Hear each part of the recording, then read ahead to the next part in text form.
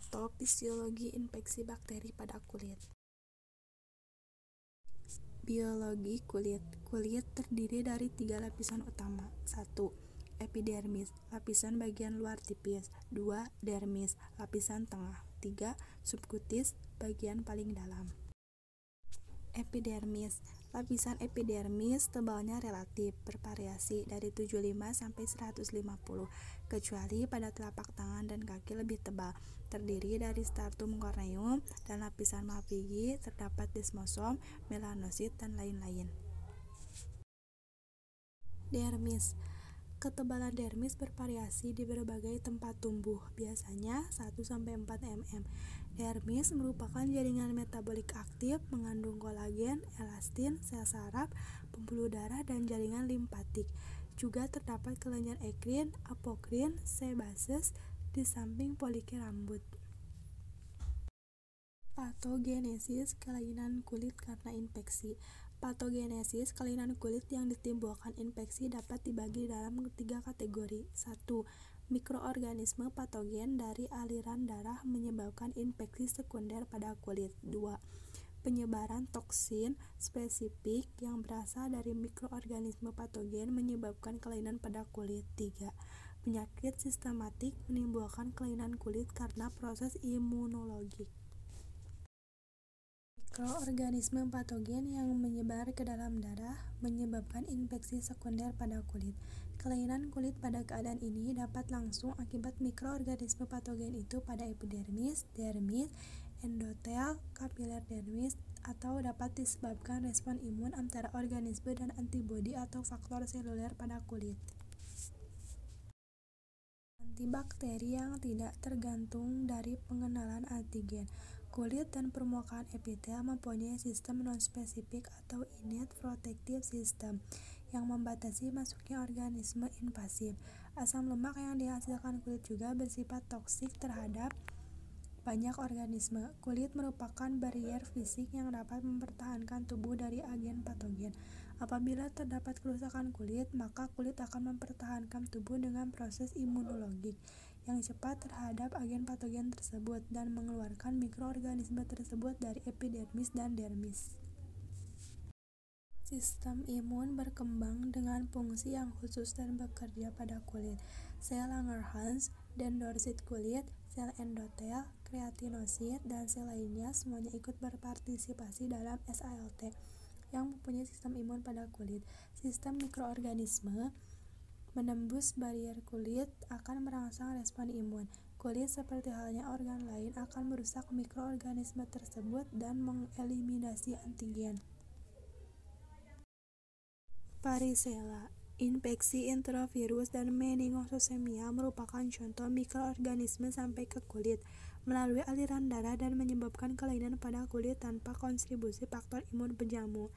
Pada penyakit seperti morbili, rubella, dan gonosemia, sukarnya mikroorganisme ditemukan pada kultur menandakan kemungkinan efek langsung atau peranan respon imun. Banyak penelitian telah dilakukan untuk menentukan keasaman yang berbeda pada kulit yang berbeda, pada waktu yang berbeda, dan pada individu yang berbeda. Umumnya dikatakan bahwa pH normal kulit berfluktuasi antara 4,2 dan 7,0 atau rata-rata 5,2. Reaksi asam kulit dapat membunuh kebanyakan bakteri patogen. Asam laktat telah lama dipakai untuk keasaman kulit sejak tahun 1934. Marchionini melaporkan keberhasilan terapi dengan asam laktat pada pasien seborrheic eczema, sedangkan Penior dan Sullivan melaporkan pada tahun 1954 bahwa mereka telah berhasil dalam menurunkan insiden impetigo pada bayi dari 2% menjadi 0,13% dengan memakai preparat yang mengandung asam laktat. Patogenesis berhubungan dengan penyebaran toksin spesifik yang berasal dari mikroorganisme patogen. Infeksi mikroorganisme pada daerah lokal, namun toksin yang dibebaskan mencapai kulit melalui aliran darah. Seperti diketahui, bakteri mempunyai banyak antigen permukaan yang berbeda dan mengeluarkan bermacam-macam faktor virulen, misalnya toksin, yang dapat merangsang respon imun. 10 contoh penyakit ekstatema yang disebabkan toksin ini adalah demam scarlet, karena Streptococcus toxicus syndrome dan lain-lain. Streptococcus merupakan kokus gram-positif anaerob menyebabkan infeksi toksigenik dan pyogenik pada manusia, seperti pada demam scarlet, exotoxin. Staphylococcus merupakan gram-positif fakultatif anaerob, merupakan patogen kulit yang paling prevalen. Pertahanan pertama terhadap Staphylococcus adalah leukosit PMN yang memfagositosis dan membunuh bakteri. Infeksi nosokomial karena bakteri pada bayi baru lahir selama perawatan di ruang bersalin, terutama disebabkan S. aureus.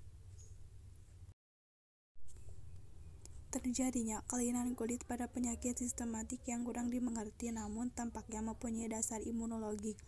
Umumnya tidak dapat diidentifikasi baik lokasi antigen ataupun toksin yang dibebaskan. Kelainan kulit yang terpenting pada kategori ini adalah erythema nodosum dan erythema multiforme. Proses terjadinya respon imun antigen terkait pada sel yang dapat mempresentasikan antigen seperti sel Langerhans, makrofag, dan dendrositodermis. Sel tersebut akan memproses antigen dan mempresentasikan fragmen antigen kepada limfosit spesifik. Dalam keadaan normal, sejumlah kecil limfosit akan melalui dermis di luar pembuluh darah. Limfosit kemudian akan membentuk sel inflamasi perivaskuler. Banyak ahli imunologi berpendapat bahwa populasi limfosit di kulit dilengkapi oleh suatu program untuk bereaksi dengan antigen yang sebelumnya telah pernah kontak dengan kulit. Kesimpulan, epidermis saat ini tidak lagi dapat dipandang hanya sebagai barier fisik sederhana saja. Demikian pula, dermis tidak dapat lagi dianggap sebagai satu-satunya area tempat terjadinya proses imunologi di kulit.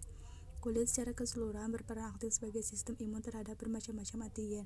Sel yang aktif secara imunologik meliputi sel Langerhans, keratinosit, sel T, sel endotel, dan makrofag.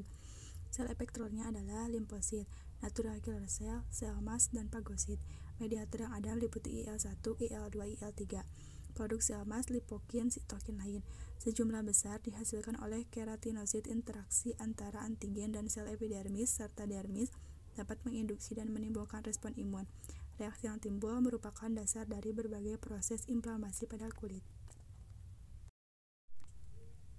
Cukup sekian penjelasan dari saya, semoga bermanfaat. Mohon maaf jika ada kekurangan. Terima kasih. Wassalamualaikum warahmatullahi wabarakatuh.